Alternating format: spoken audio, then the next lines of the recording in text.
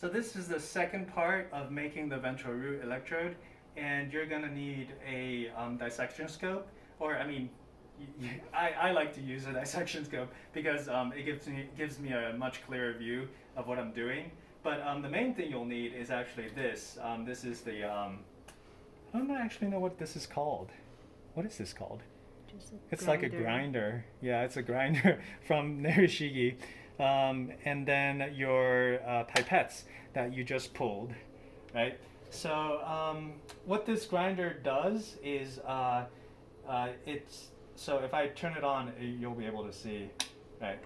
So there's a disc down there that just grinds down your electrode to the angle, right? You can set the angle over here. So this is currently at 30 degrees, which is a pretty good angle for um, ventral electrodes. And so it's either 30 degrees or 40 degrees, depending on what side you're recording from. So yeah, I found that if you're approaching from the top, then 40 degrees is good, and if you're approaching from the bottom of the fish, then 30 degrees is better, right? So this basically here, there's a knob that controls the speed of how fast it's rotating. So we're currently at 50, and if you can go pretty high, but that's not necessary. So I usually keep it at 50 for my for grinding my ventral electrodes, right? So usually I have a, yeah, external light source, one of those gooseneck light sources, but right now we don't have one. But so once you want to be able to see what you're doing, so you have the goosenecks coming in, light sources coming in over here, right? Okay, so this is really straightforward. So you can see what you're doing. Make sure you can see what you're doing under the dissection scope, right? So you locate the point of your electrode, and then you just adjust it so that you can see what you're doing. Okay, so here we go. So we're going to take one of the electrodes that we just pulled, and then this is really easy. You just move it up, and then just snap it on like so.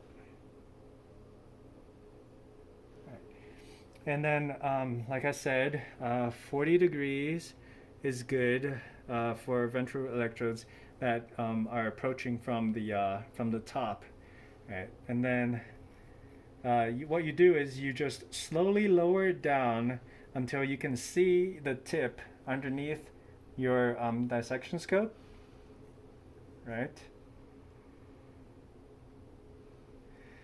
And just don't just get as close to the surface as you can, and you don't want to go down too far because you'll just snap the tip, right? And then you just turn it on, right? And then add a drop or two of water, and then just slowly lower your pipette.